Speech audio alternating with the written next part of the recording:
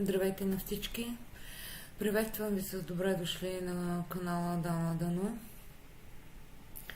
Днес искам да излъча за вас един документален филм на Габор Мате. Казва се Мъдростта на травмата. Но преди да пусна излъчването на филма, искам да направя едно встъпление от мен и да ви кажа няколко неща относно травмата. Малко вероятно е да случим на живот напълно лишен от травми. Травмите не изчезват дори и след смъртта, а по-скоро продължават да търсят плодородна почва, в която да бъдат изцелени.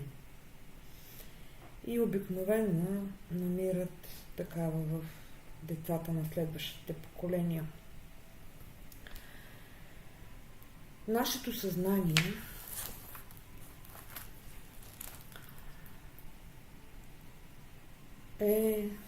се състои от няколко нива.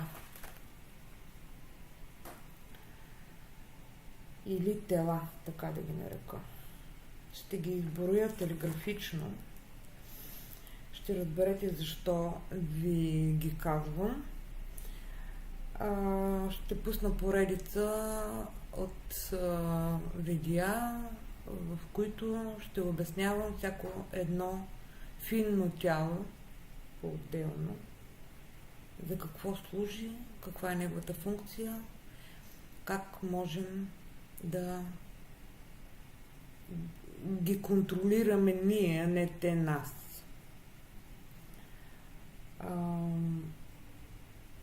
Така. Съзнанието, значи имаме физическо тяло, това е така нареченото твърдо тяло. Следващото е етерното тяло, което обвива физическото тяло, или това са нашите усещания, казах телеграфично ще ги изредя. Астралното тяло са нашите емоции. Менталното тяло са нашите знания, умения. Казуалното тяло е нашето кармично тяло, това са причина-следствие. Компресирана е цялата информация там, без никакви емоции. Бодхиалното тяло.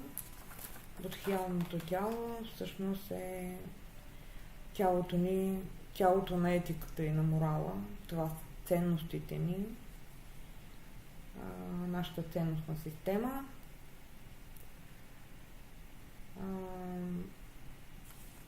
Казуалното го казвам, бодхиално и атмичното тяло. Съзнанието ни, всъщност човешкото съзнание има три стълба. Подсъзнание, свръхсъзнание и социално съзнание. Подсъзнанието всъщност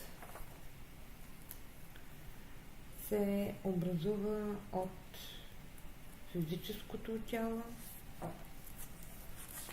от ефирното или етерното тяло и от астралното тяло.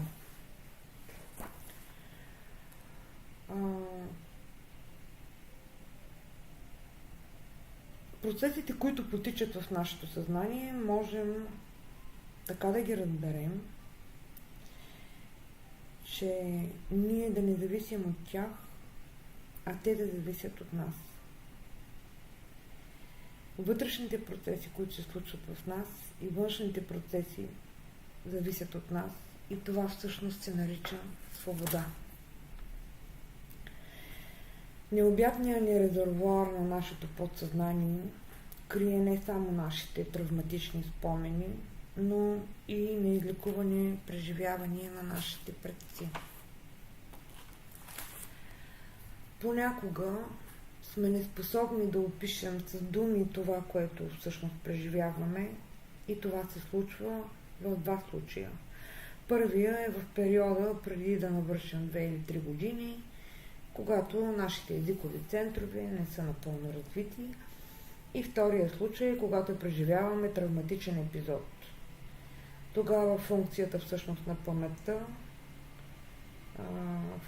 на паметта биват потиснати и ние не можем да обработим вярно информацията. Въпреки че е първото нещо, което бива засегнато в критични моменти, езикът не се губи напълно.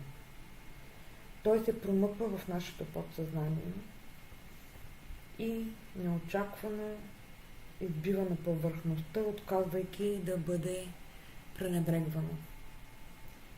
Всъщност нашето подсъзнание започва да настоява, да повтаря и образно казано да разбива вратата, за да го чуем. И за да го чуем, просто трябва да спрем, да му натрапваме своите идеи и да чуем недоизказаното, което е навсякъде. В думите, постъпките, сънищата ни и тялото ни. Всъщност, човешките същества са способни да излекуват повечето видове травми и това е възможно да се случи във всеки един етап от нашия живот. Просто ни трябват правилни напътствия и инструменти. Най-великият източник на изцеление се крие в самите нас и само чака да стигнем до него. Пожелавам ви приятно гледане на документалния филм на Габор Мате "Мъдростта на травмата". До скоро!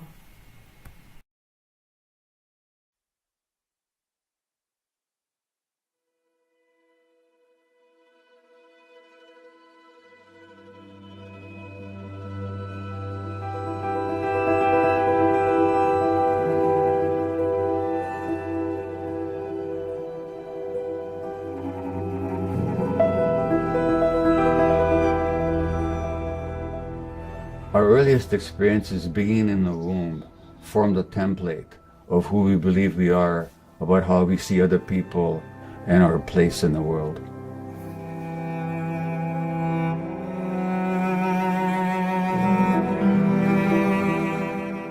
When I see human faces, I see beauty, I see tremendous suffering, and enormous potential for transcendence.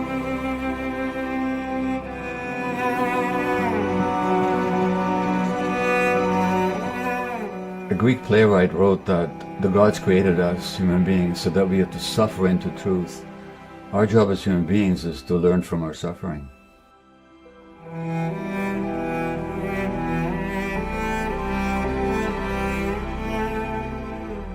We don't have to keep perpetuating pain for ourselves and inflicting suffering on others. In working with so many people, I've learned that working through trauma can teach us so much wisdom and can reveal the beauty of our existence that because of trauma we had lost sight of.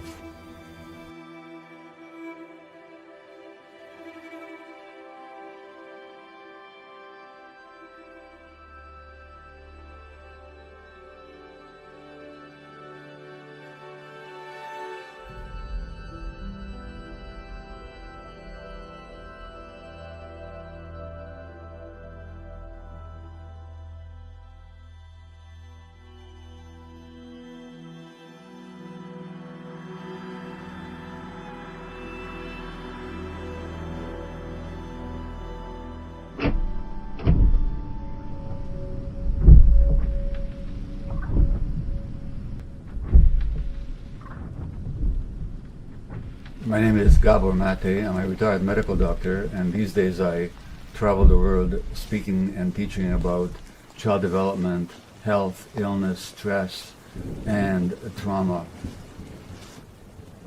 And speaking about trauma is really part of the zeitgeist these days, and I'm very passionate about it for a simple reason. Because in 30 years or more of medical practice and of addiction medicine, what I found was that the common template for virtually all afflictions, mental illness, physical disease, is in fact trauma. And there's a wisdom in trauma. When we realize that our traumatic responses and imprints are not ourselves, and that we can work them through and thus become ourselves.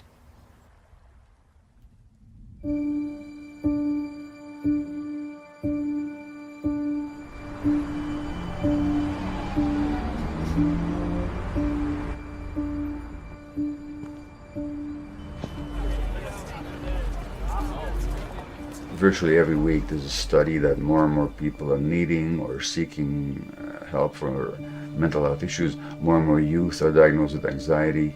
Many more kids are diagnosed with the whole plethora of childhood conditions such as ADHD, attention deficit hyperactive disorder.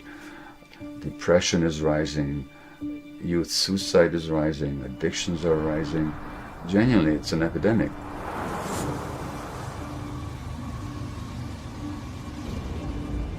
% of youth or more are now diagnosable with anxiety according to all the recent studies. That's 1/5. And those are all the people who are sufficiently anxious to be diagnosed. Well, we're talking about an epidemic. When you grow up in a circumstance like I grew up, you're waiting for somebody to scream at you. You're waiting for something to be thrown. You don't know if you're going to eat. You don't know if you're going to be evicted. So you're constantly anxious and stressed. I used to think this was a rarity. But when I talk to people, a huge number of people have these traumatic experiences as a child that they carry with them. It's like a monkey on your back.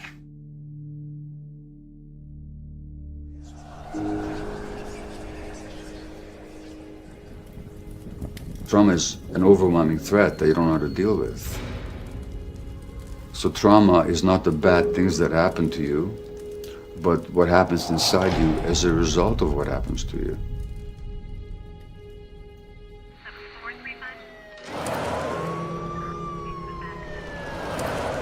My father was shot and killed on December 25th, 1999. They found his body in someone's front yard. So essentially I didn't have anybody to raise me, so I was raised in the juvenile court system. I've lived on the streets since I was 10 years old by myself. The law didn't scare me, and I mean, they could have locked me up, and what's the difference? Nobody out here is going to miss me.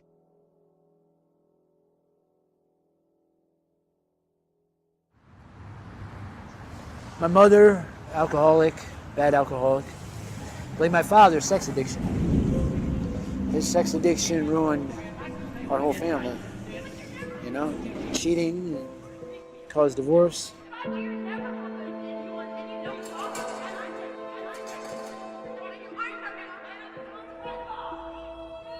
I started heroin at 26. That's what really destroyed me. It just takes the pain away. I tried building my dream so many times. I don't really have a dream no more.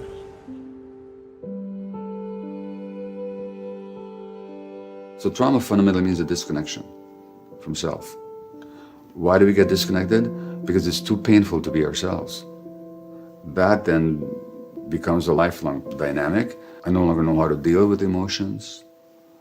It means that in relationships, when I feel a bit hurt, I immediately withdraw, so I don't have to feel those emotions that I don't know what to do with.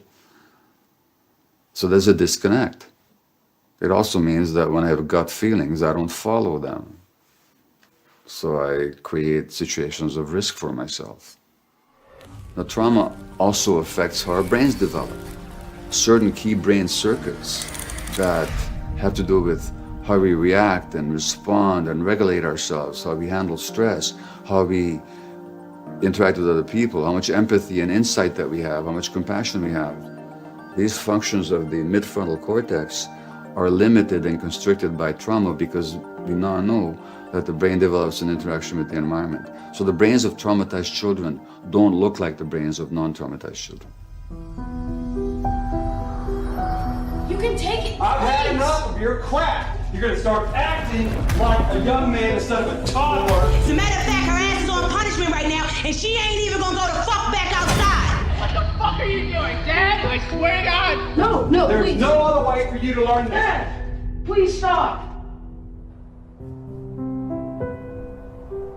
During your first 18 years of life, if a parent or other adult in the household often or very often would swear at you, insult you, put you down, or humiliate you, step inside the circle. If a parent or other adult in the household often pushed, grabbed, slapped, or threw something at you, step inside the circle. If a parent or other adult in the household often or very often ever hit you so hard that you had marks or were injured, step inside the circle. If you often felt that no one in your family loved you, step inside the circle. Step inside the circle.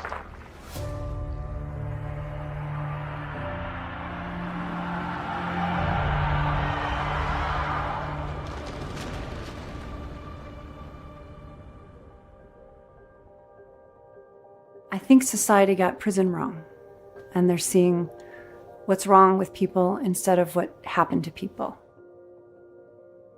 Our mission at Compassion Prison Project is to transform communities and prisons with compassionate action. An adverse childhood experience is a terrible event that continues to happen to a child. And there's no way to know when it's going to happen again, which puts the kid into a hypervigilant state. I have 8 of those ACEs, and when I found out I have 8 adverse childhood experiences, and that my behavior was a direct result of the trauma that I experienced in childhood, it changed my life. The men and women in prison, 64% of them have 6 or more of those.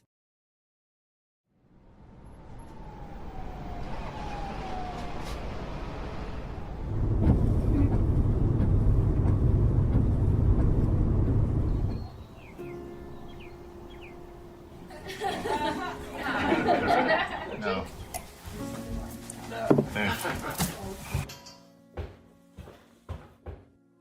Hi, Gabor. Monique. Hi, Gabor. I feel like I'm in a throne. I want to talk to you guys about why you think you got addicted, about what may happen to you as a child, the way you saw yourself as being deficient somehow. I was kidnapped at 16 and sold off. So that's a trauma that's just something that's in my life that you can't turn around, right? And Kidnapped by who? there's a taxi driver who took me and a girlfriend when we were 16 and held us for 6 months in a motel and sold off my virginity.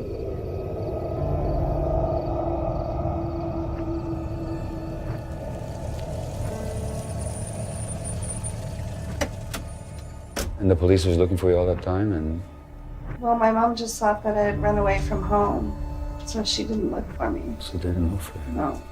I really need your permission to continue or not to continue. It's okay, I'll give you permission. The taxi driver knew exactly who to kidnap.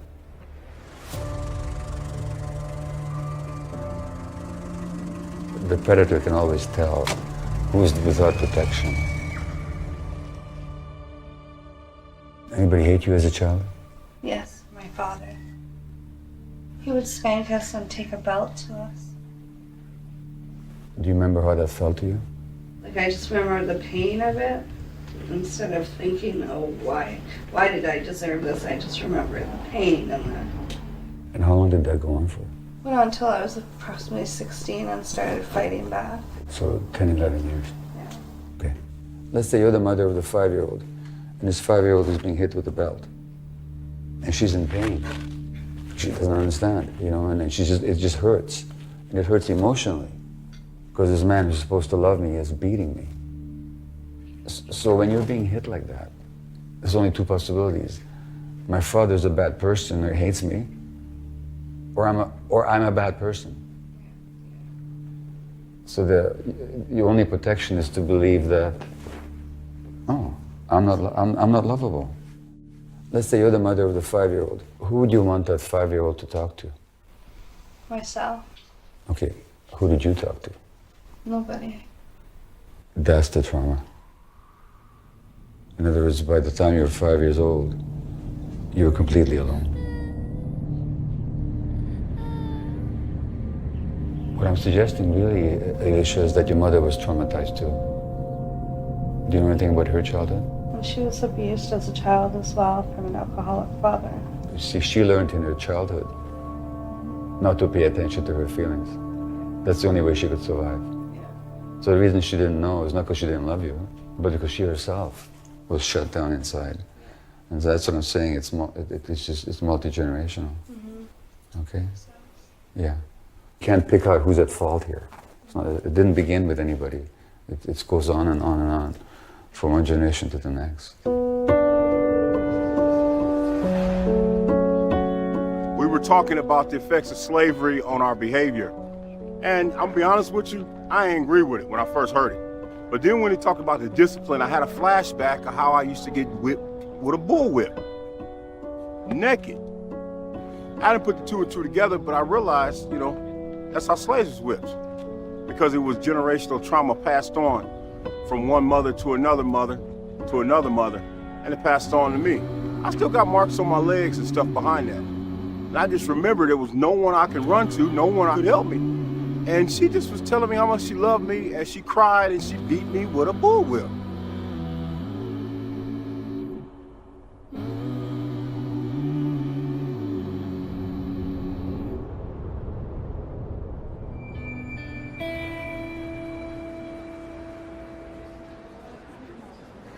He's a best-selling author of 4 books published in 12 languages, sold on 5 continents. Please welcome Dr. Gabor Maté. I actually wrote my speech out tonight, which I don't usually do, but maybe out of nervousness in front of this group of strong women. You know, we all. The truth is that guys are afraid of women. I don't know if you realize that, but that's a lot of the stuff that we do is totally out of fear. Well, when you felt bad as a kid, who did you speak to? When the pain is there and there's no one to share it with, then the child has very limited resources to deal with that, and what they do is they disconnect from themselves. When you disconnect from yourself, you no longer have yourself. You've lost yourself. When we talk about trauma, we usually think of something terrible happening to a person. But that's not the only trauma there is. And so the other kind of trauma may not have to do with terrible things happening to you. Most people look at my childhood and, damn, you had an awesome, childhood, and because I had everything, we come from upper middle class, and in Idaho, and I got everything given to me, but that was their way of parenting. They'd give me everything so I'd shut up and wouldn't bug them, because they're always too busy, they're always working. So children don't get traumatized because they get hurt. Children get traumatized because they're alone with the hurt. I'm a lifer inmate. I'm here on a first-degree murder. I committed my crime when I was 20 years old, and I asked myself, what events in my life brought me to the point where I could think that it's okay to take a human life? And it had to do with a lot of adverse childhood experiences. My main one as to why I started going downhill was being abandoned by my father. I looked up to him. I wanted to be just like my dad. He was my hero. But when I turned 8 or 9 years old, he got deported to Mexico. And that devastated me. As a kid, my mom used to tell me, Mijo, pray to God that he'll come back. But he never came. A baby that you don't pick up will actually die. Even if you feed them and you change them and look after them, because they get overwhelmed by their feelings and they get overstressed. And so the baby needs the mother's and the father's brain to regulate her own brain, to regulate their emotions. It's not just that you're overwhelmed, it's also there's nobody there to hold you. There's a huge school of thought in North America that teaches mothers to help their babies sleep by ignoring their crying. Never mind the mother's milk. The infant just wants to attach, because the only way the infant can attach is physically.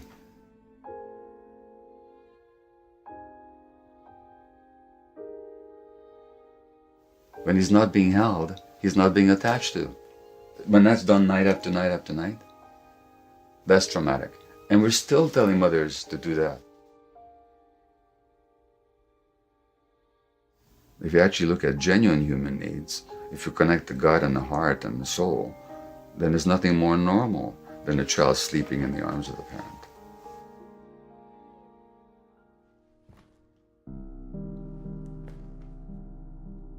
So I've often thought about the sources of my own issues. An infant, 2 months of age, in Hungary, when the Germans, the Nazis, marched into a country and they began to exterminate the Jewish population. So that was my first year of life, with a terrorized mother, grandparents killed in Auschwitz, a father away in forced labor, anti-Semitism, the ever-nearing shadow of annihilation, and ultimately a separation from my mother. I was a little short of 1 year old when my mother had to hand me to a stranger in the ghetto of Budapest and send me away to some relatives in hiding, so we didn't see each other for 6 weeks. And she didn't know if she would live or not. In her diary, she said that this was the hardest 6 weeks of her life. That was the experience of the first nearly year and a half of my life. And sometimes I thought, well, gee, I must have received a lot of love at the same time, otherwise I'd be a lot more crazy than I actually am. For trauma to happen, you don't need Second World War, and you don't need racism, and you don't need genocide, and you don't need the privations of war.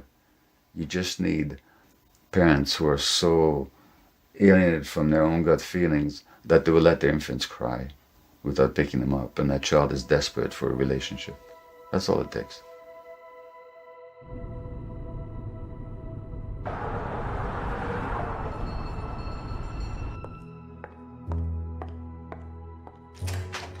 Well, hi. Alice, hello. Welcome. Hi, Gabor. Welcome, Gabor. Wow. What a view. Thank you.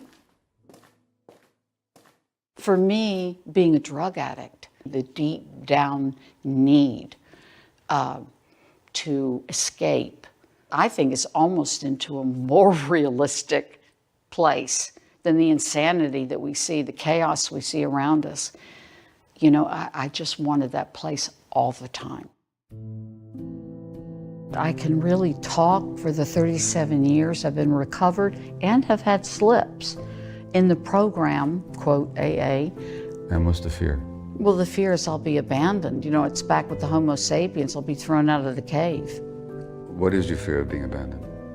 Well, naturally that I'll die unless I do all of this stuff for other people. When you do all this stuff for other people, what are you doing to yourself? I'm abandoning me. Yeah. Yeah. Okay. Yeah. So you're actually enacting your worst fear. I was the youngest of 5, very ambitious family, very successful, except everyone's alcoholic. I go in the bar, they're drinking. There's no room for me. It's like, oh, shut up, Allison, shut up. You're wrong, you're wrong. So my job was to be wrong in the family. I'll never forget my mother, you know, saying to me, I just don't understand you. And I was 6 years old and I thought, my God, if you don't understand me, I'm lost. Allow me to give you another perception of you. You're the one that more than others absorbs all the pain and stress in the family. And then you manifest it. And they can't stand seeing it. So in exiling you, they're exiling their own pain and stress. Right. Okay. As a child, we have 2 fundamental needs. One need that's with us is in infancy, and it's absolute and it's not negotiable, is attachment. And so the other need then is authenticity. Authenticity, therefore, is the connection to ourselves. Because without authenticity, without a connection to our gut feelings, just how long do you survive out there in nature? So authenticity is not some new age, pseudo-spiritual concept. It's actually a survival necessity.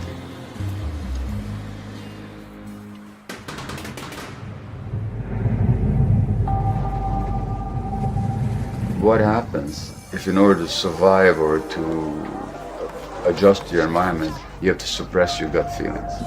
You have to suppress your authenticity.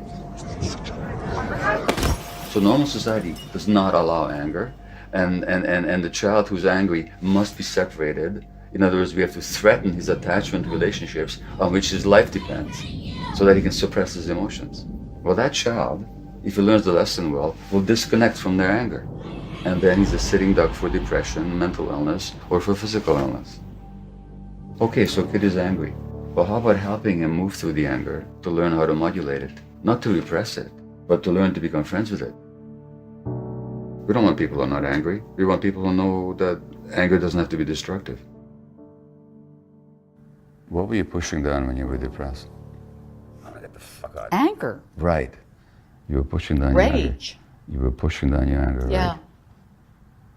Can you see how why, for a 6-year-old, it might be a really brilliant idea to push down the rage? Yeah. Why? Survival. Exactly. You talked about your many failures. Mm-hmm. I just want you to pick one. The fear, if left on my own, I won't get out of bed. I've done that before. And you regard that as a failure? Falling apart, I regard as a failure. You regard that as a failure? Right. Okay. So your failure is that you got depressed and, as you put it, you fell apart. Is that the failure? Yeah.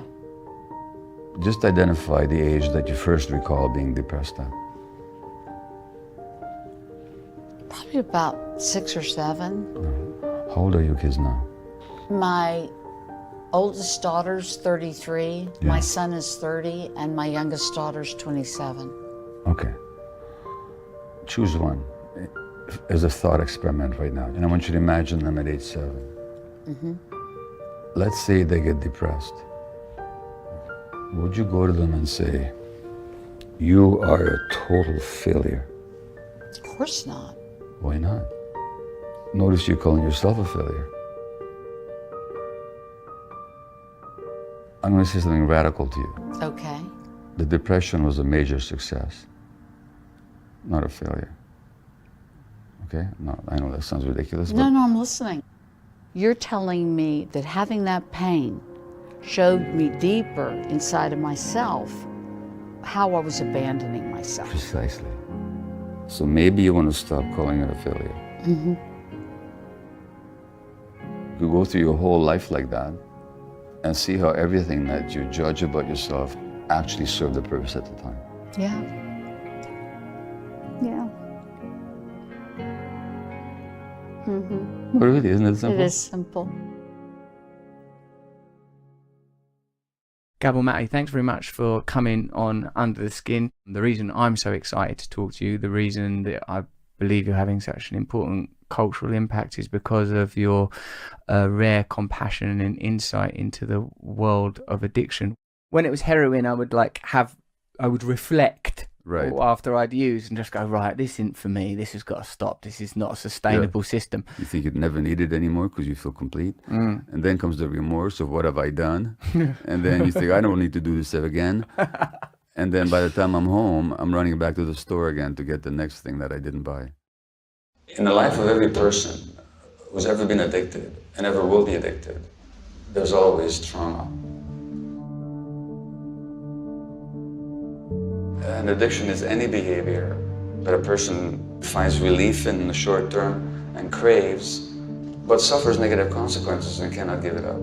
That's what an addiction is. Could be drugs, obviously, alcohol, nicotine. Could also be sex, could be gambling, could be shopping, could be eating, could be pornography, could be the internet, could be gaming, could be work, could be relationships. That's what an addiction is.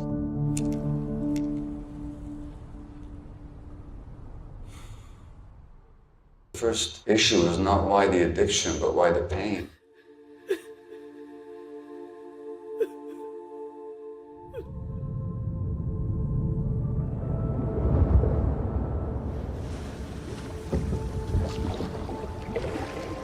In our society, there are two myths around addiction. The pernicious one is the belief that addiction is a choice, and that the decisions that arise out of addictions are therefore a matter of individual culpability. And so therefore, addicts for the most part are punished for being addicted. Now, the other belief around addiction, but still misleading, is that it's an inherited disease. It's a biological disorder of the brain. That belief is more humane, much more than a choice belief, because at least if somebody inherits a disease, they're not to be punished for it, but they're to be provided with treatment as with any disease. However, it's also misleading because it ignores why people really get addicted, which has got nothing to do with disease. It's among the normal human responses to trauma. When people are suffering, they want to escape their suffering. That's normal.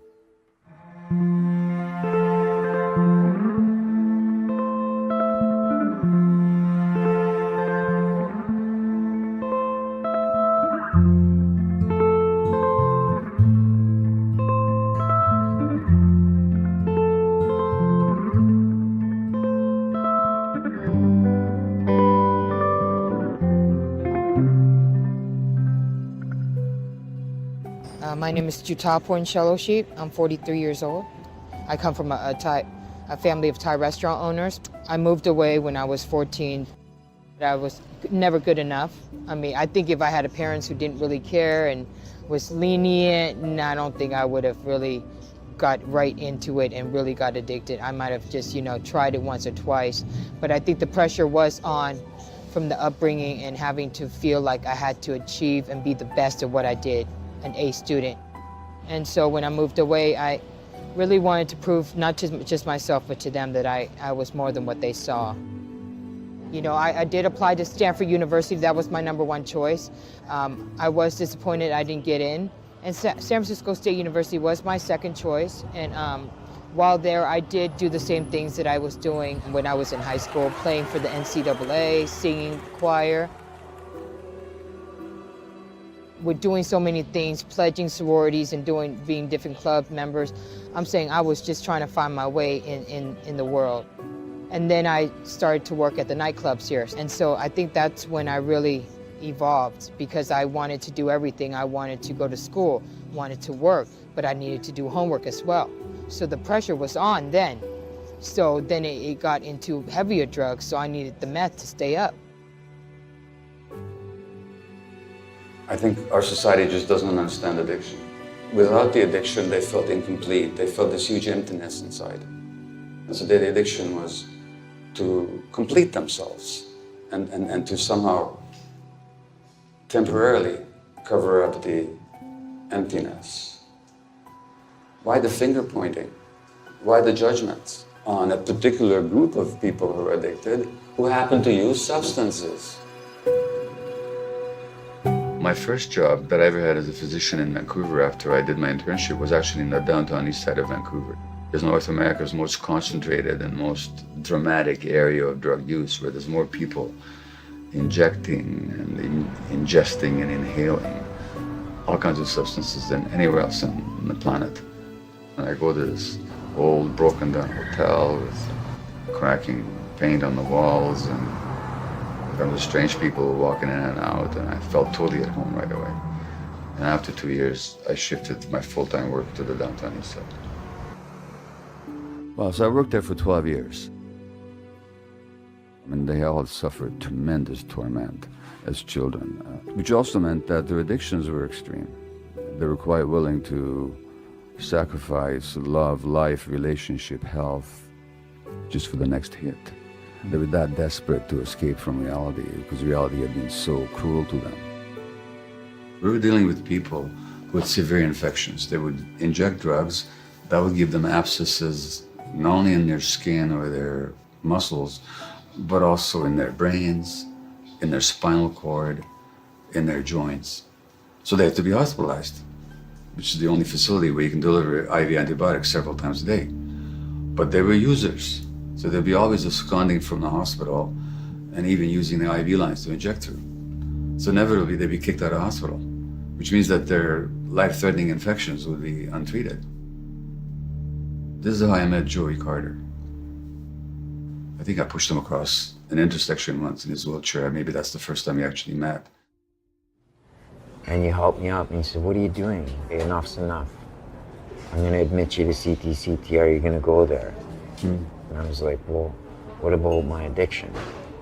And you said, well, what are you using? And I said, well, I've been using morphine and mescaline. I said, how many will you give me a day? You said, as many as you have in your pocket.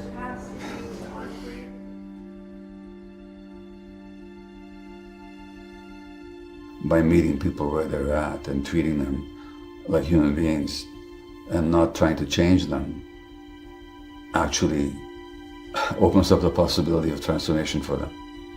And Joey's a prime example. They had come in like every 4 hours to give me my morphine, and I wasn't eating it.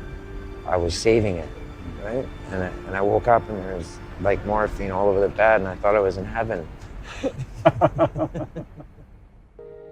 I do recall your poetry, and you were a very avid writer. Yeah. And you shared some of that with me. Is there one that that you can recite now? Yep.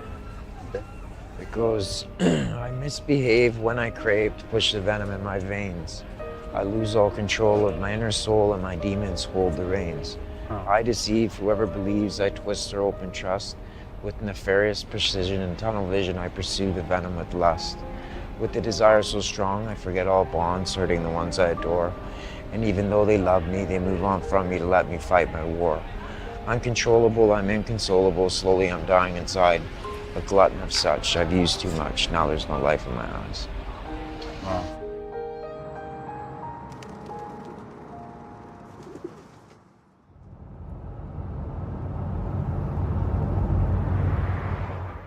I want to talk to you guys about why you think you got addicted. Like, what did it do for you in the short term that you wanted or that you appreciated?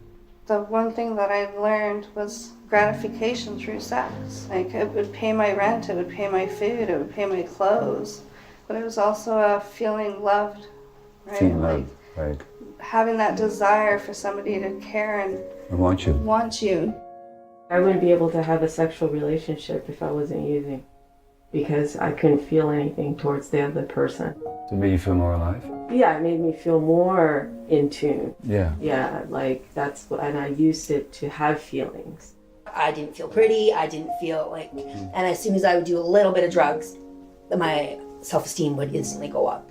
I did so much sports and was on such a strict schedule that when I started to use in like grade 8, grade 9, like I was free. So freedom, sense of aliveness, completion, self-esteem. These are all wonderful things, aren't they? When they talk about addiction being a bad choice, they know it isn't. It's actually a solution to a problem. If we understand that the addiction is not the primary problem, but really a response to trauma, then it becomes obvious that in order to heal addiction, you have to heal the trauma. But it means that you see the wound that's driving that person.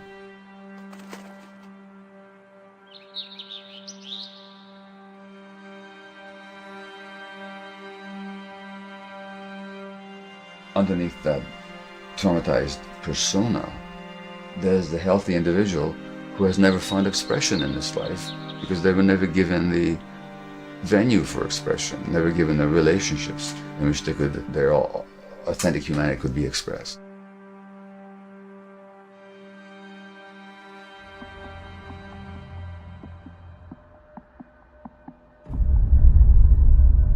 Are we free? Are we conscious? Are we making a decision based on full awareness?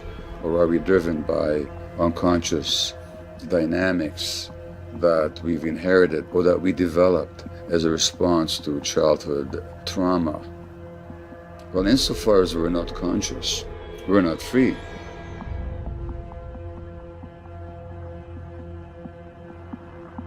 We have then a social structure that induces trauma in a lot of people, therefore it induces escapist, addictive behaviors in a lot of people, and those inner trends line up with how society looks like on the outside, so therefore all this looks perfectly normal and perfectly natural.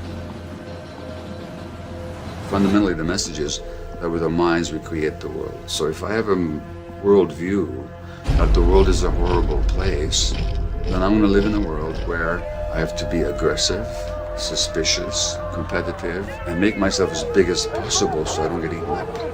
So I have to be grandiose and cunning, because that's the world I'm living in.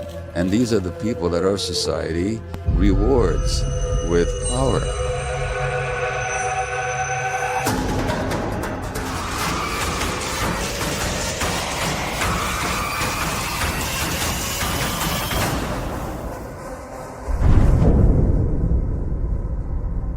Do you think that the inability of these individuals to manifest real change is a demonstration that what we have are deeply entrenched and traumatized systems that are predicated on unconscious choices, unconscious drives, and that the system will not alter itself from within itself, but will sustain itself, and it's only sort of new radical ideas that can alter it?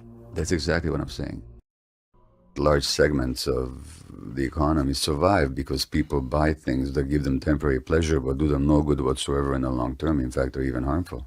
I mean, we're going so far as to destroy the earth because of our addictions.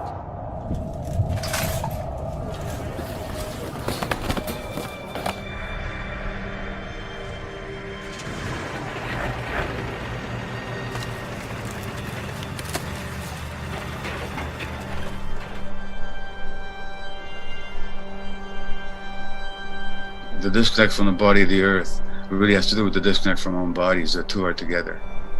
And the exploitation of the earth as if it was something separate from us has a lot to do with patriarchal domination. I mean, we talk about Mother Earth. Look what we're doing to Mother. It's a mother hatred almost.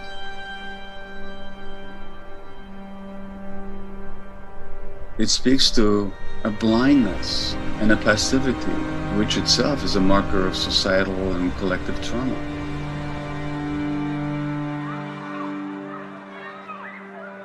Our schools are full of kids with learning difficulties, mental health issues that are trauma-based, but the average teacher never gets a single lecture on trauma. They're fundamentally working with an essential lack of information. I should barely mention the criminal justice system has no understanding or even acquaintance with the concept of trauma. In fact, they often create policies that further deepen people's trauma. That these institutions need to be informed of what trauma is and how to respond to it. Well, I've been in custodies of different states and counties since 18. I struggled with addiction, and they were sending me to these places to get the help that you needed. I had nothing but the authorities telling me it was my fault, because you're choosing this, and I can't keep choosing. You're supposed to trust and believe in these people. California industrialized prison. Trauma doesn't know a color. Trauma doesn't know an age. Trauma doesn't know a tax bracket. Trauma doesn't know any of these things. Anybody can be traumatized, anybody. Symptoms of trauma. Nightmares and night terrors. Inability to love. Addictive behavior. Insomnia. Depression. Shame. That's not who you are, but it's a symptom of being traumatized. And we're here to heal each other. We heal in community. When I do these circles with anybody, when they see the extent of childhood trauma in themselves, but also in the people around them, it's a shift. It takes the othering out. It actually brings a human in. And that, as a society, is one of the imperatives that we need to get to. We got to start seeing each other for what happened to us and not what's wrong with us.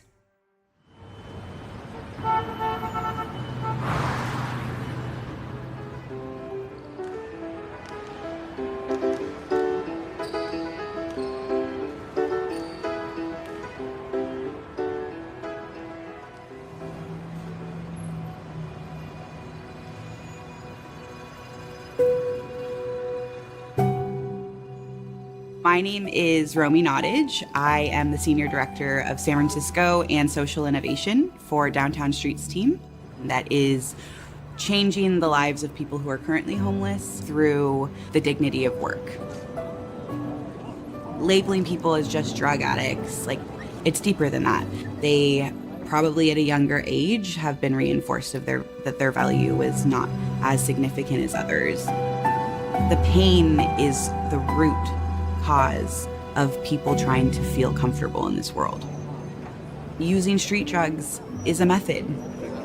It is a behavior to support something that is uncomfortable.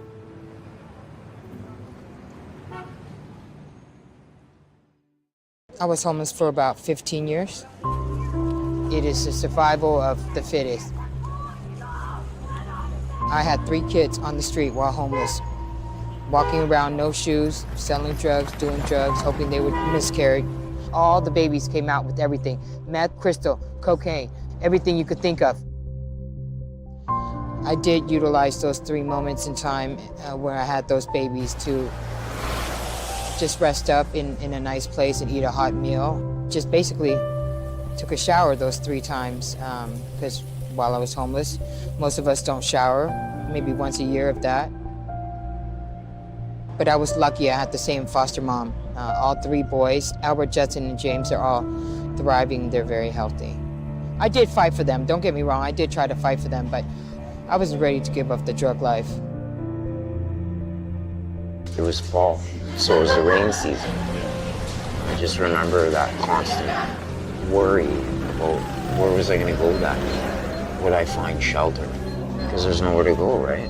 The people that did love me just said, you know what, we're not gonna stand by anymore while you kill yourself. We can't do it. It's hurting more. We're dying a harder death than you are. And they just scattered from my life. I was utterly alone.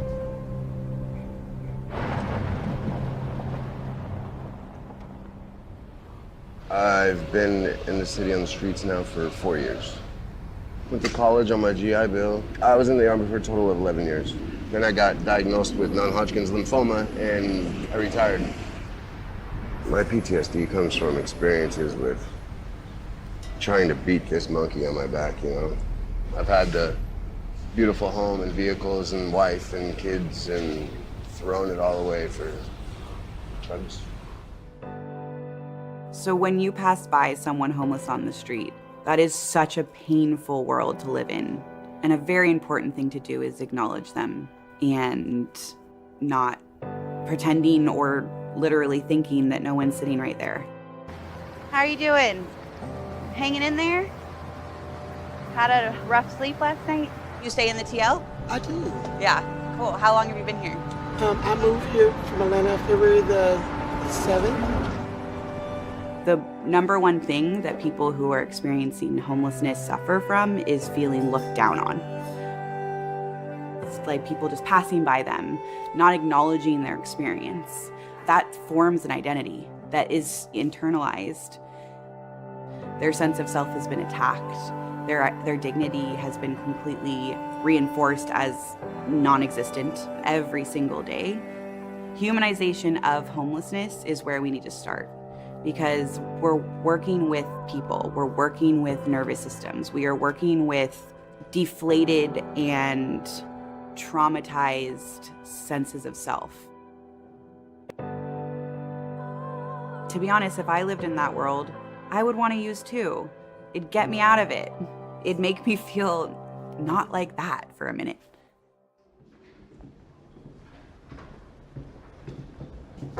Hey, Dwayne, you home? It's Tessa.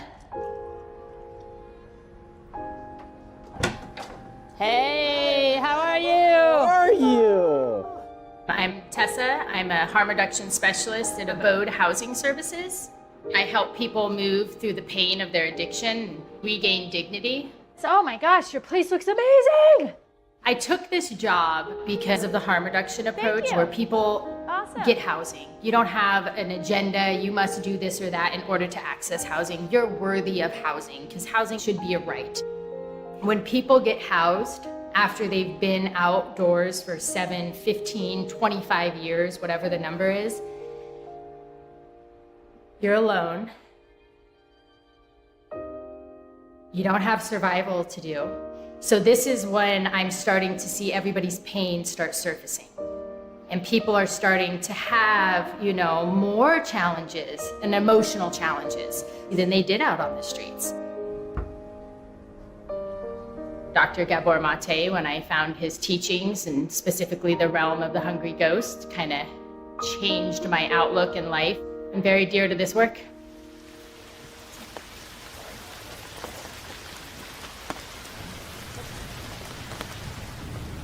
I'm Gabor's wife, and I have been for close to 50 years.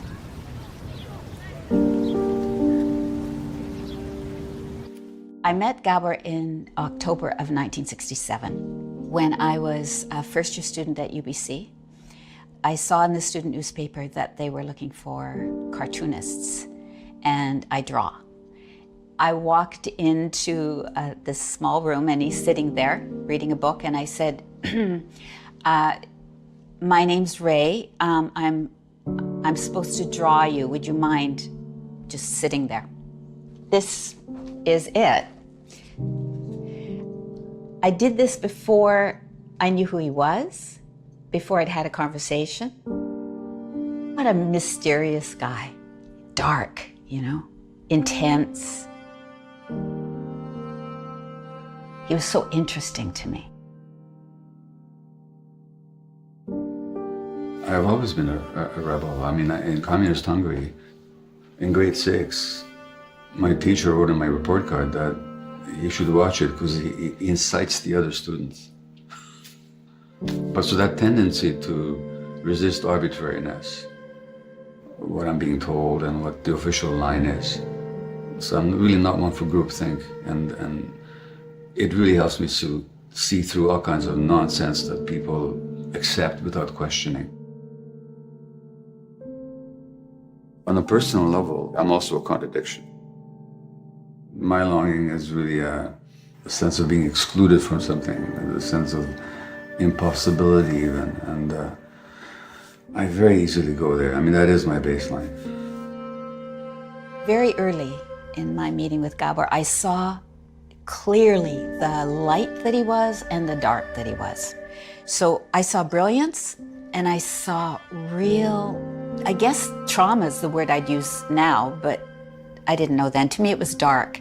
And of course, by then I knew he was directly had been in the Holocaust. But it was going to be my job to heal him, to bring out that light. I really believe that the purpose of marriage is to actually go back to the original trauma, which comes from the family. I married a man who was so much like my father.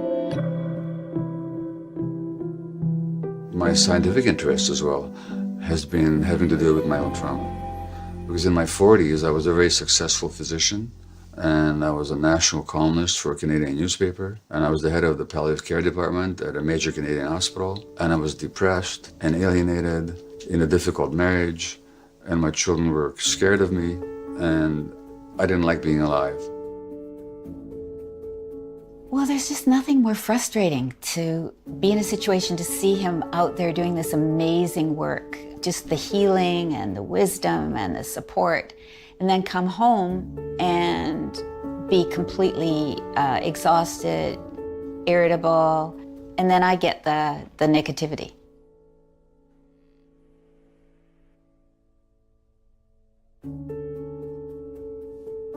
I have to be me. I have to be authentic. My nervous system is so wired that if I'm not authentic to myself, I'm sick. I have a stomach ache. I can't sleep. I'm anxious. And it's usually here. It's usually something in this dynamic. Yeah. Right? Well, when I would compulsively shop for compact discs and lie about it, Ray would get neck aches. And after a while, she figured out, if I got a neck ache, this guy's lying to me. He doesn't get away with anything. Yeah.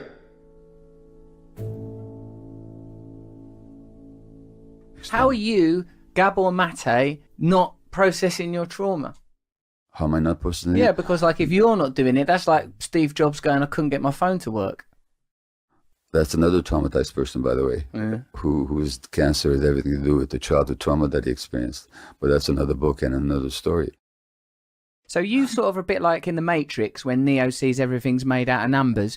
You look at people and you see all their trauma and damage. That's what I see. Until I realized that I was traumatized, which really wasn't in my late 30s and mid 40s. And I began to realize that it didn't have to be this way, that there were reasons for it, and I started looking for those reasons. So I started waking up fairly late in life.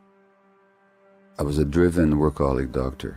Now, why was I a driven workaholic doctor? Because the message I got as an infant is that the world didn't want me. Now, how do you deal with not being wanted? You make yourself needed. So if you're traumatized and if you don't think you're lovable, my God, go to medical school. Now they're going to want you all the time. When they're dying, when they're being born, every moment in between. And that's highly addictive. Because you get the validation all the time. A lot of people that go into medicine, the last thing they want is to be open and vulnerable. In fact, what they want is the authority of the white coat and the stethoscope. And medical school is very hard on people. You might look at it almost as a selection process that weeds out the people that are too vulnerable. The long hours, the deference to unreasonable authority, the stress that you are willing to subject yourself to. And these are the people that, like me, become physicians. So that selects out against the vulnerable. I went to medical school here at UBC. At that time, we did not get a single lecture of trauma. We did not even hear the word. They still don't hear the word trauma in medical school.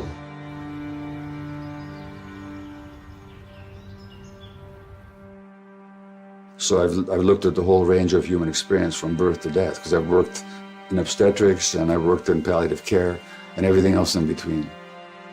The modern medical paradigm in practice separates mind from the body, and it separates the individual from the environment. So when you look at that there's an epidemic of asthma right now in North America, more and more kids are being diagnosed with it, it's all about, or largely about, the increasing stress in our society. So it's a cultural manifestation, and this is completely missing in medical practice. If you look at Black Americans are more likely to get prostate cancer and more likely to die of it, and not because of lack of medical care. But maybe there's something about being a minority in this particular culture that is so highly stressful that it deranges the immune system. If you look at that asthmatic Afro-American woman, is that asthma a manifestation of her own pathology? Or is it reflecting a social malaise? Which means the emotion, whatever you experienced, probably suppressed rage or shame, whatever you experienced, actually affects the physiology of your lungs. Medicine is very interesting that way. If you go to a dermatologist with an inflamed skin, what kind of cream are they going to give you? Anybody know? Steroid cream, right. If you go to a rheumatologist with an inflamed joint, what medication are they going to give you? Steroid very often. If you go to a lung specialist with asthma, what kind of inhaler are you going to get? Steroid. If you go to a gastroenterologist with inflamed intestines, what kind of medication are you going to get? Steroids. No. What are steroids? They're copies of cortisol. What is cortisol? It's a stress hormone. We're treating everything with stress hormones. Maybe it should occur to us that stress has something to do with the onset of these conditions. The fundamental problem is capitalism, or I should say materialism. As long as research is driven by the profits of pharmaceutical companies, what's going to drive the education of physicians except the profit motive of pharmaceutical companies? I mean, just obvious. People have to be seen as automatons, as beings without really emotional needs or spiritual needs. As globalization and globalized materialism spreads throughout the world, so is autoimmune disease spreading throughout the world in societies that hardly even knew them before. Diseases, whether mental or physical, are normal responses to abnormal circumstances. And that what we consider normal in this society is often actually insane. In the most health-obsessed human society ever, all is not well. In the US, the richest society in history, fully half of the citizens have a chronic disorder such as high blood pressure or diabetes. Illness is when part of an organism starts working against the overall benefit of the organism. So that, say, in an autoimmune disease, the immune system attacks the host organism. So a system that was designed by nature to protect you now turns against you. Cell division, which is meant to be, coordination with the needs of the entire organism, gets out of hand, and now you've got cancer.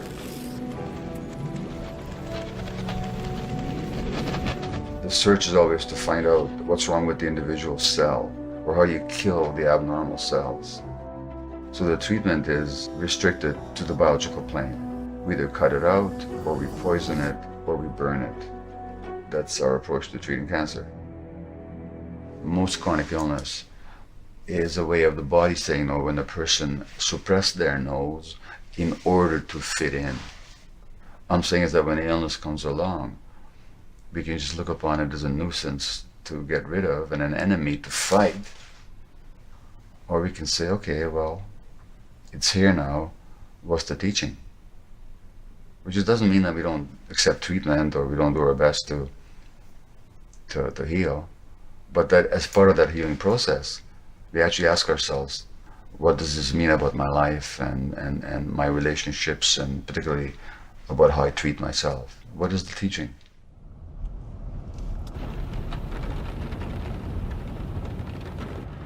My name is Tim. I'm 51 years old. I was given a diagnosis of prostate cancer about 1.5 years ago. We actually had a full radical prostatectomy. So that means the whole removal of my prostate, which was no walk in the park. It's quite an extensive surgery. In October, they did a bone scan and found that there was multiple areas in my spine, ribs, and some pelvis that the cancer had metastasized to, which was devastating to me at the time. There was no need for me to have the operation. If someone has prostate cancer and they have their prostate removed, but the cancer's still in their body, then the surgery hasn't done any good.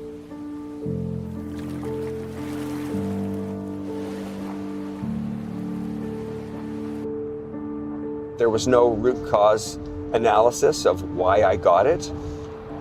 What I soon discovered was that everything was a Band-Aid.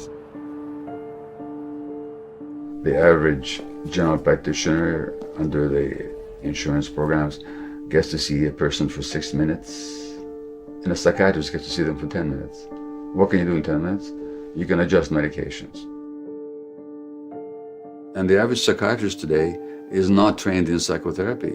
They're trained in what's called biological psychiatry, which fundamentally means altering the biology of the brain by handing out prescriptions, which never get to the heart of the problem. So while I'm not dogmatically opposed to medications, on the contrary, I acknowledge their value in my own life, they're not the answer.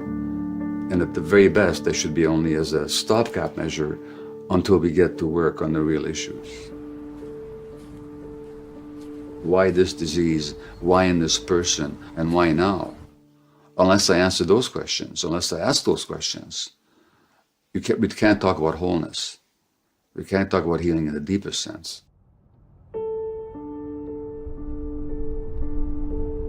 I grew up in a family with a father who was very angry and never even realized it, because for me it was just natural and normal. As a kid, I didn't know any different. And I was very scared. Anytime I acted out in anger, it always backfired. So I could never express that anger. So I decided to go more on a healing journey myself and try to find out what could I do myself to be able to maybe cure this thing, or at least live longer, feel better, and address it at many different levels. So I turned to ayahuasca mainly because of the anxiety and realizing, like, what's a deeper spiritual reason that I got this diagnosis? Why did I get this cancer? I got more out of ayahuasca in one journey than I probably did in 5 years of psychoanalysis.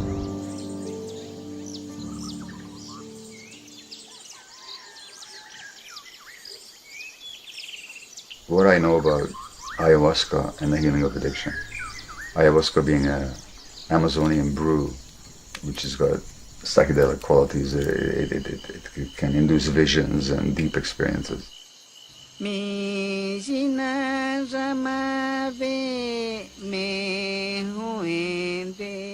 So there was a ceremony here led by a Peruvian shaman, and within half an hour of having ingested the brew, it felt very much real, it felt very much like me, but it was new. Because I experienced a state of such deep love and gratitude, such as I had not recalled experiencing before. And I saw that all my own addictive behaviors were driven precisely because I hadn't been able to experience that kind of love and that kind of gratitude. That from that state, there's no need to look for anything else outside of yourself. And I also learned very shortly that the ayahuasca has the power to teach people about their trauma, to actually show them what happened to them. All of a sudden, oh yes, this is what happened. This is how I decided that life is unbearable. This is how I decided that I wasn't lovable. This is how I decided that I had to soothe myself from the outside because there was no peace inside. And immediately I said, I'm going to work with this. And once you start working with one psychedelic, then you become aware that there's a whole world out there, and there's a whole resurgence now in the healing powers of psychedelic modalities, and so there are other substances. The deep therapeutic potential of psychedelics resides in the fact that they get the conditioned mind out of the way. So people have access to two aspects of reality that they're usually not in touch with. One is the deep trauma and pain that they're carrying that they can actually look at now. And in the appropriate, compassionate, safe context, they can experience these troubled emotions and mind states without having to be driven into insanity or having to escape. If you're going to use psychedelics, it has to be combined with very adept therapy at the same time. So in my work with Tim tomorrow, we'll be using one of these modalities to see if he can be guided deep into himself so that some answers may emerge for the existential and life issues that he's facing.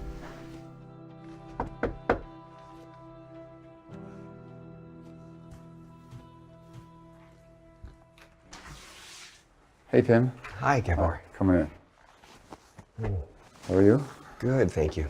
You all set? Yeah, I'm all set. Okay, come on in. The medication will take about half an hour to take effect. When you're ready, just ingest it. You've been diagnosed with prostate cancer. Correct. And stage 4 means that it's spread to elsewhere in the body? Yes, it's spread to bone. Places in my spine, pelvis, and ribs. In my view, people that develop cancer tend to be nice people who are more concerned with the emotional needs of others than their own. They have a hard time expressing healthy anger. And also they have this belief that they must not disappoint anybody. How do you feel when you perceive that somebody is not seeing you, is not listening to you? I felt very sad. And probably a bit of a tinge of anger there too as well. Yeah. So how about we rephrase that? Anger. Yeah. I felt anger. What do you feel in your body when you say those things? Just checking with your body. What's happening there? I feel a little bit energized from it. Just saying it, yeah, absolutely. I feel a little bit more awake. So notice how you deprive yourself of energy. Okay. That makes me just really sad just thinking about that.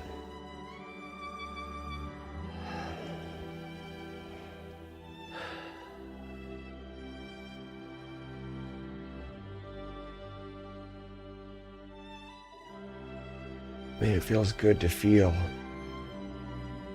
But underneath that, I just feeling this frustration. Fuck, it's too much energy to. I've been holding on to contain that. Like I'm pissed off. I have to keep fucking focusing on all this shit, working on myself.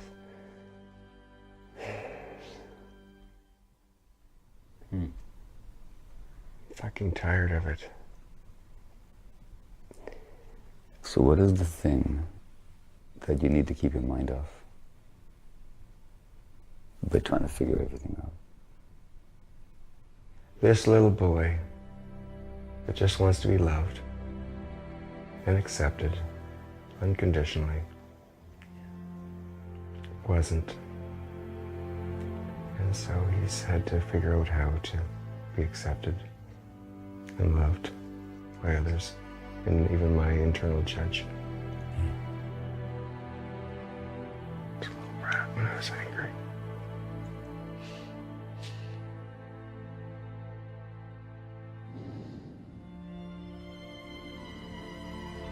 You can stop all this work. You can just actually just be here and with whatever there is.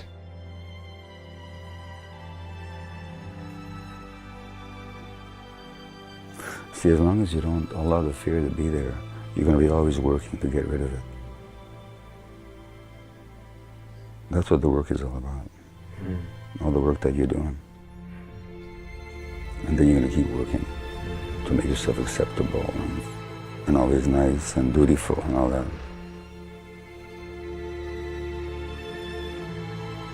Or you could say, okay, the fear's there. I'll let it be there. I'm big enough to, there's enough space here for it to be a part of me. It just seems too easy. Yeah, it's got to be a lot more complicated than that.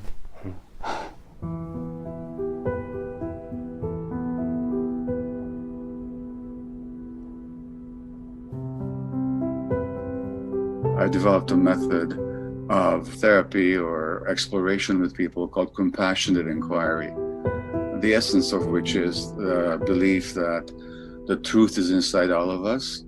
We just have to ask the right questions to help people arrive at the truth. That clenched jaw could speak, what would it say now?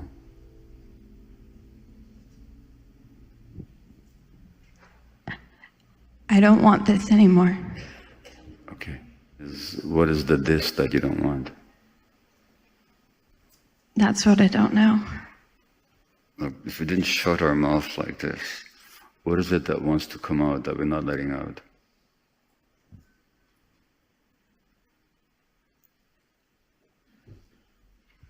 Rage. Yeah, that is the inquiry. How do you feel about that? I think there's a few feelings associated with that. I'm not buying that one. How do you feel towards it? How do you feel about that? I'm a part of you. How do you feel about that? What comes up right now? Shame. Thank you. What are you ashamed about? Do you know? That it is a weakness. And you must not be weak. Correct. Because if you're weak, then what? I won't be able to take care of those I love. So you located it, it's here in the chest area. Just put your attention on it right now. I mean, I'm looking at this blockage or sense of blockage, okay? What does it want to say to you? It's not a word, it's soothing. It's soothing. Yeah. Desiring. That it's wanting soothing? Yeah. If you're in touch with this sense here that you've just identified, how familiar is it to you? Oh, very. How far does it go back? 7. That's when I lost my mother, but it was present before that. Okay. So what does it need from you? To be held. Need to be held. Yeah. Like your mother might have held you. Yeah.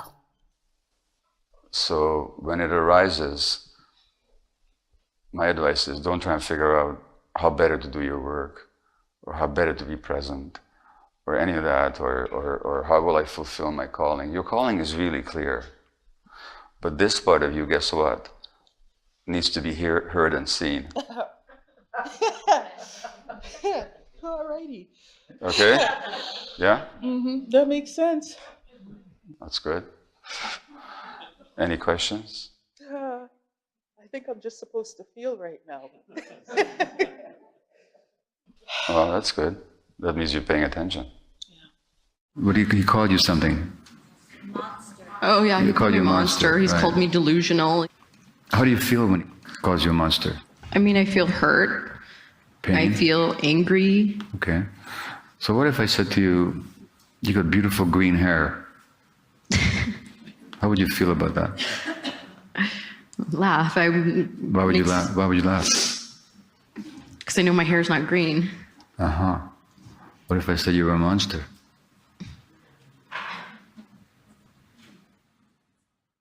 The feeling of the anxiety was so strong that I wanted to end it. Anything familiar about any of that? Are you trying to go back to childhood trauma?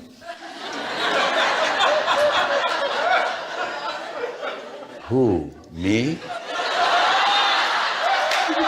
You see that you developed a belief that I can't be touched, nothing can touch me. Mm-hmm.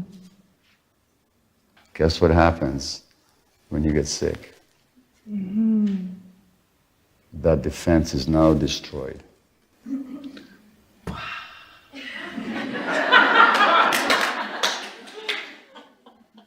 Wow. I ask people to tell me some recent episode when they're upset with somebody with their lives. And something that they're open to sharing. So it doesn't have to be anything sordid or something, but just something, whether it's your spouse, partner, the bus driver, I don't care who. Sure. A friend. Okay, so what happened? Describe it? What happened, yeah. All right, there were a number of issues in my home, and I had hired someone to do these things while I was gone. Okay. And I came back and none of them were fixed. Okay. And your emotional reaction was? Anger. Anything else besides anger? I was disappointed. Disappointed is sadness. Let's go with that. Yeah. Okay. Mm-hmm. So I'm going to ask you a silly question. What were you sad and angry about? Well, angry that someone had made commitments to me and not fulfilled those commitments. What does that mean that they didn't fulfill their commitments? Meant that they didn't care about me. They didn't they didn't respect me. So they didn't care about you and didn't respect you. What kind of person doesn't get cared or respected? I don't know. Someone who doesn't deserve to be cared for or respected. Exactly. Are there other reasons why this other person might not have done the work that has nothing to do with him or her not caring about him or not respecting him? So what other reasons might there be?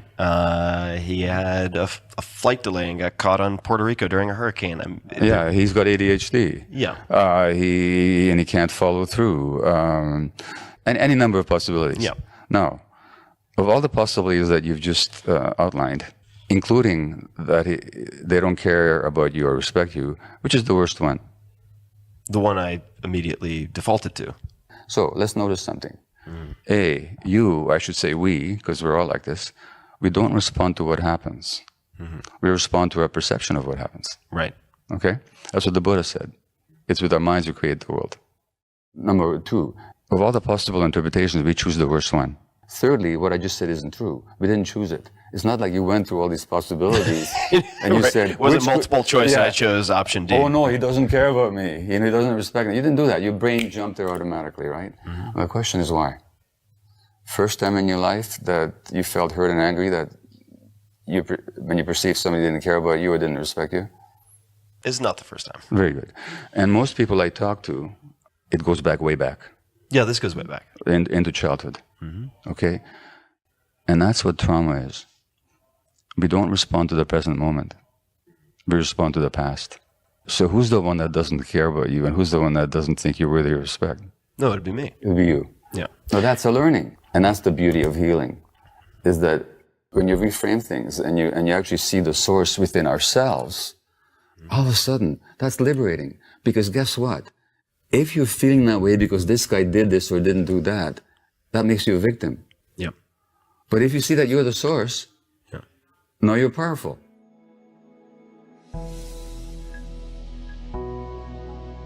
Can we have a vision of society that incorporates the achievements of modern civilization while at the same time still honors the essence of human nature? I think the answer is yes. I know the answer is yes. Not that I expect to see it in my lifetime.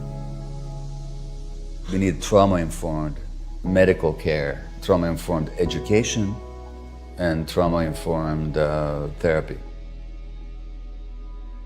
Everybody that has listened to talk or read his book always said to me, I don't feel like I'm a bad person anymore.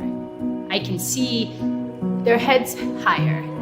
Yeah, they're still using substances, but something inside of them is starting to change. That's their shame is kind of dissipating. Without me stumbling across his work, I tell you, I would have been a different person. Childhood trauma is key because once you understand that, you know you were a child and you didn't have help, and if it's about love, then why are we locking them up? Underneath that traumatized persona, there's the healthy individual who has never found expression in his life. If you see that, then you're trauma-informed. It's not a question of healing the trauma or of ever getting rid of the memory of what happened, but to help that person expand so that there's space for all those emotions. Dr. Mate, he allowed me to feel that what I was seeing was a humanistic crisis.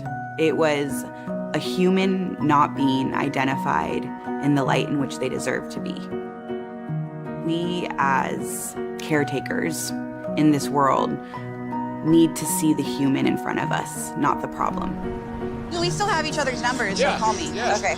All right, good to see you. Good to see you. All right, good to see you. How have you been? It cannot be a general construct of this is how we're dealing with people who are homeless. This is how we are dealing with people who are addicted to drugs. No, this is how we deal with Sarah. This is how we deal with Jose. This is how we are in relationship to each and every person experiencing trauma within their lives. That is what has been the essence to his teaching for me. Hi, who's this? Hi, Fang. How are you doing? Fang, are you his little companion? When we start the journey of being compassionate with ourselves, not only does it change ourselves, it changes our communities and our society. Today, I'm still healing. I'm still healing from my abandonment issues. I am a lifer inmate. Being here today, witnessing all you guys' traumatic experiences gives me motivation, gives me inspiration to continue on the path that I'm currently on. Every human being has a true, genuine, authentic self.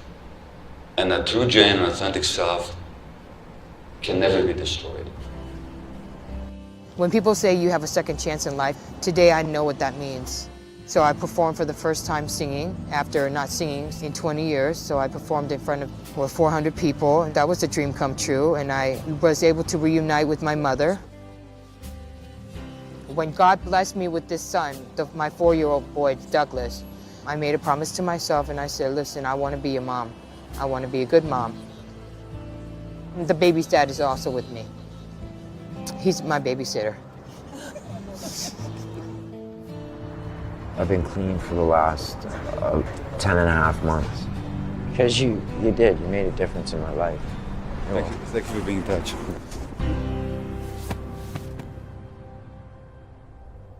Through the mist and the pain, I've learned to maintain. There is no shame. There is no shame.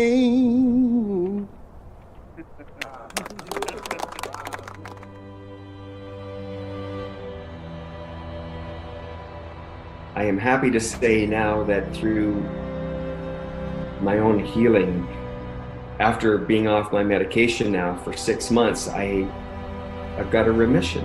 The cancer is just not growing. This is the first time in 4 years where this has happened, so this is just absolutely amazing. It's been spiritual work for us both, and I've grown up in the relationship. I've healed in the relationship. I'm still healing in the relationship. To me, this is an incredible love story. It's really inspiring how he's changed. So as we've gotten older, somehow We've gotten freer and younger. We just get closer and closer. It gets better and better.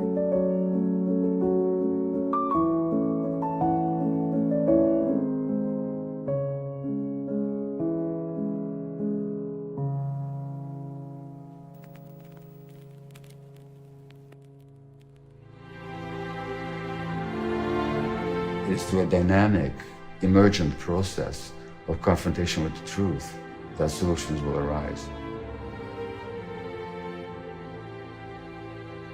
Trauma involves a lifelong pushing down, a tremendous expenditure of energy into not feeling the pain.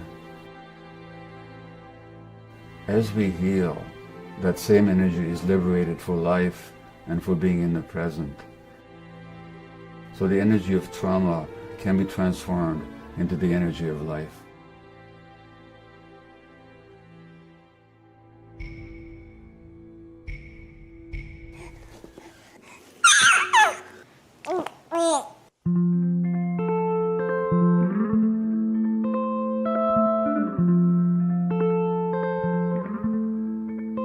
You can see it in the car, it's playing on the radio, it's written in the stars and living in me. You can read it in the cards and hear it in stereo. It's a bullet in your heart and a trigger in me.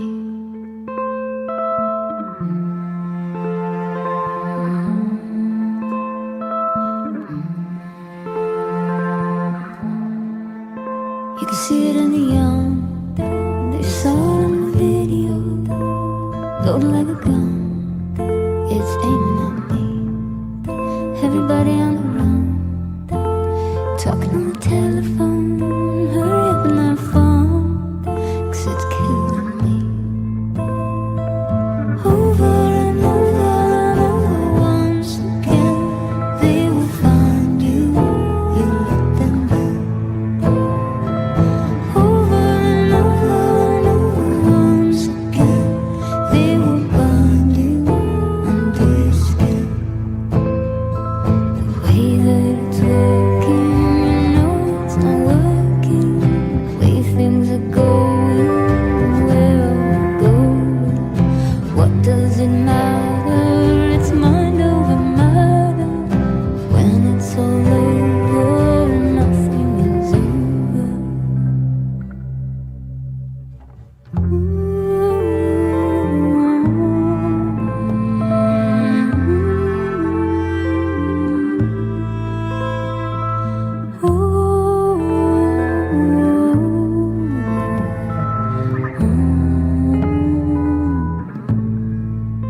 It's a devil in disguise. It's hidden in the media. It's a hunger in your eyes. It's feeding on me.